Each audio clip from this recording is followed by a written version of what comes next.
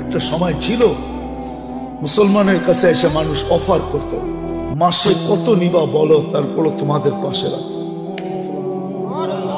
আমরা তোমাদের পাশে থাকতে চাই, তোমাদের পাশে থাকলে আমরা নিরাপদ থাকবো। যেমন কাউকে যদি বয়া বাতাস করতে থাকে কেউ, এর পাশে যে বসলে ওই বাতাস আপনার গায়েও লাগবে, লাগবে না? হ্যাঁ, কিন্তু বাতাস তো টার্গেট একজন, ঠিক না? ঠিক না? কিন্তু 10 জনের গায়ে লাগে না, না লাগে না? হ্যাঁ, এখন তো ওই পাঙ্খা সাংখা নাই, সব ডিজিটাল হয়ে গেছে, ঠিক না?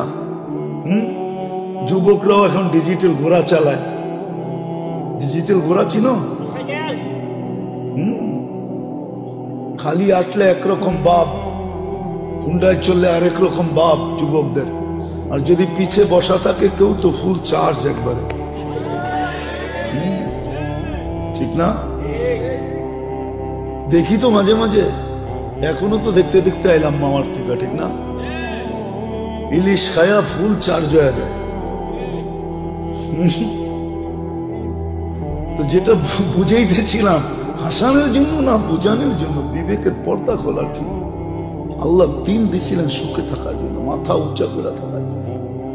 আজকের মতো মাথা নিচা করে না। আজকে মুসলমানের মাথা সবচেয়ে নিচা, সবচেয়ে বেশি নির্যাতিত আজকে দুনিয়ায় মুসলমান, সবচেয়ে বেশি নিষ্পেষিত মুসলমান, সবচেয়ে বেশি অবহেলিত মুসলমান। যুবক, তোমাদের পায়ে হাত করে বলি, আমি কিতাব পড়া লোক না, আমি চোখে দেখা লোক। কিতাব তো হুজুরদের কাছে আছে, আমি তো দুনিয়া ঘুরে দেখতেছি, দেখছি, আরো যতদিন বাঁচবো করতে থাকবো। আমি তো চোখে ঘুরে বলতেছি, যতই ওদের রঙে সাজো না কেন, যতই ওদের মতো চুল কাটো না কেন, এরা তো সবাই চুল কাটে নেটে দেখা, নাহলে তো 50 টাকায় চুল কাটা হতো। এদেরকে জিজ্ঞাসা করেন, এক চুল কাটলেও 50 টাকা হয় না। সেলুন আলায় আগে ডিজাইন দেখে তারপরে একটা গালটা বেঁকা করে 500 টাকার কমে কাটুন। তোমার ডিজাইন কাটতে কাটতে আমি 50 টাকায় 20টা কাটতে পারবো, তোমার একটা কাটতে এত সময় লাগবে। বিদায় 20 জনেরটা দিলে একজনেরটা কাটবে। কি চেয়ারম্যান সাহেব, সত্য না? আবার ঈদের সময় হলে তো কোনো কথাই নেই, 4 গুণ দাম, ঠিক না? আজকে আমরা নির্যাতিত হয়েছ, নিষ্পেষিত হয়েছ, আমরা অবহেলিত হয়েছ। আল্লাহ দিন দিছিলেন এই দুনিয়ায় সুখে থাকার জন্য। আরেকটা দিয়া বুঝাই, নাহলে কোরআন বলতো না, ইন্নাল্লাহ আস্তাফা লাকুমুদ্দিন, মানুষ তোর জন্য দিন নির্বাচিত। হায় মাছ সুখী চাই আমার ঘরের ছোট অ্যাকোরিয়াম, মাছ সুখী, কেন আমার ঘরের অ্যাকোরিয়ামে সে আছে, পানিতে আছে, সে সুখী। কিন্তু অ্যাকোরিয়ামটা ছোট, সমুদ্রে যেরকম সুখ এরকম হয় নাই, কিন্তু তারপরও বাট সে সুখী না? সত্য না? মানুষ তদ্রুপ দিনে সুখী, পাখি সোনার খাঁচায়ও সুখী না, সে তো খোলা আকাশে সুখী।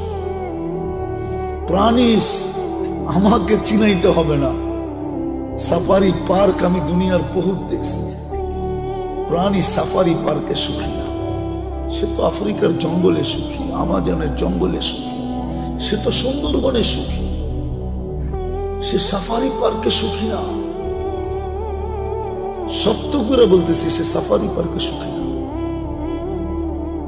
সে সাফারি পার্কে থাইকা মাথার ঘাম পায়ে ঝরায়া সিংহ কোনোদিন শিকার করে খাইতে পারে না, তাহলে সে সুখী তো সুখী করতে। দেখো না ন্যাশনাল জিওগ্রাফি, হ্যাঁ দেখো না ডিসকভারি, কিভাবে ছুটতে থাকে, ছুটতে ছুটতে ছুটতে ছুটতে এক সময় যায় ধরে। এটাকেই তার মজা, সে ওইখানে সুখী, সে সাফারি পার্কে সুখী না। তদ্রূপ আমরা দিন ছাড়া মাথা উঁচা থাকবে না। আজকে আমাদের মাথা সবচেয়ে নিচা। নিচা যদি না হইতো, ইসলামই যদি, দিনই যদি উঁচা হতো মাথা, তাহলে আমার সমাজের 90% মানুষ, 99% মানুষ কেন দিন থেকে দূরে? কেন কেন বিজাতির আদর্শে আদর্শবান? ওদের প্রেমে কেন আসক্ত? বলো, আমাকে যুক্তি দিয়ে বুঝাও, ওদের প্রেমে কেন আসক্ত? ওরা উন্নত হয়েছে বটে আমি মানি, কিন্তু আমার চেয়ে বেশি তো তুমি বৃদ্ধাশ্রম দেখো না। ওরা উন্নত হয়েছে বটে আমি মানি, বাট ওরা সুখী না। এটার নাম সুখ? এক টেবিলে বসে দুইজনে খাইছে হোটেলে, স্ত্রী স্ত্রীর কাঠ পাঞ্চ করতেছে, স্বামী স্বামীর কাঠ পাঞ্চ করতেছে, যার যার বিল শেষে দিতেছে। এটার নাম কি সুখ? কি কয় চেয়ারম্যান সাহেব? এর নাম সুখ? আপনি বলেন এটার নাম সুখ? না না, মানুষ হিসাবে বলেন এটার নাম সুখ? স্ত্রী আমার বিল দিব ওই, এটার নাম সুখ? হায় হায় হায়, কোথায় যাব আমি? এটার নাম সুখ?